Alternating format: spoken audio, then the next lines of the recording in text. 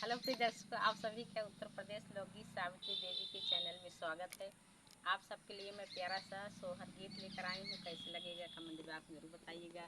अपना प्यार, दुलार, सपोर्ट, आशीर्वाद बनाए रखिए। धन्यवाद। इस वीडियो को फुल वॉच देखिएगा, सपोर्ट कीजिएगा। धन्यवाद। ननदा धीरे धीरे कमर पीरानी कोठरिया हमारी लिपऊ कोठरिया हमारी लिपऊ। ननदा धीरे धीरे कमर पीरानी कोठरिया हमारी लिपऊ कोठरिया हमारी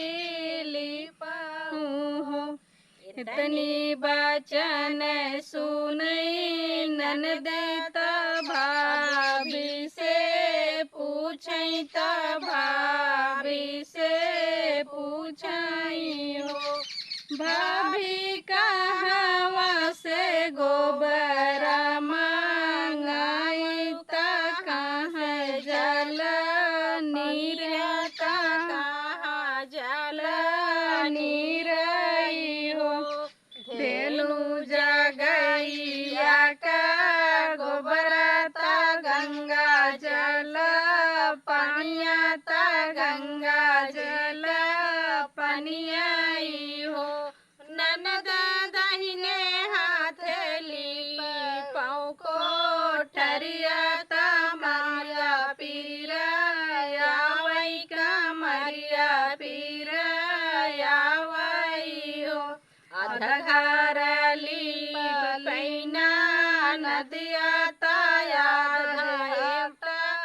ठानई ताया दे हाट ठानई हो भाभी हमले बैतो हरी तिलरिया कोठरिया लिपी पौनी कोठरिया कैली पौनी नी हो।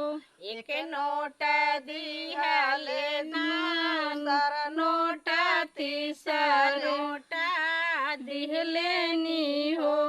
नंदी लैना ले तू पानी लिपवनी कोठरिया कैली पौनी कोठरिया कैली पौनी नी हो। ननदी नाही दे भैया पानी तिलरिया तिलरिया मोरे नैहर तिलरिया मोरे नैहर के। इतनी बचन सुने ननद ता भैया लागे गैले ता भैया लागे गैले नी हो।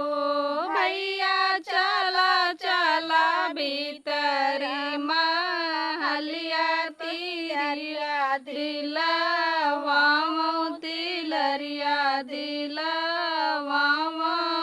हो।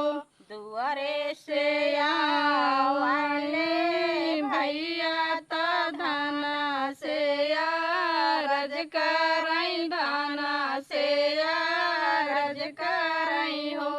धन दैना दे तू पानी तिलरिया बहिन सासुर रैतिन बहिन सासुर रैतिनी हो। इतनी बचन सुनई रानिया बिरहा बोलिया बोलई बिरहा बोलिया बोलाई हो। भैया हम ही दे भैया पानी तिलरिया तिलरिया मोरे नैहर के तिलरिया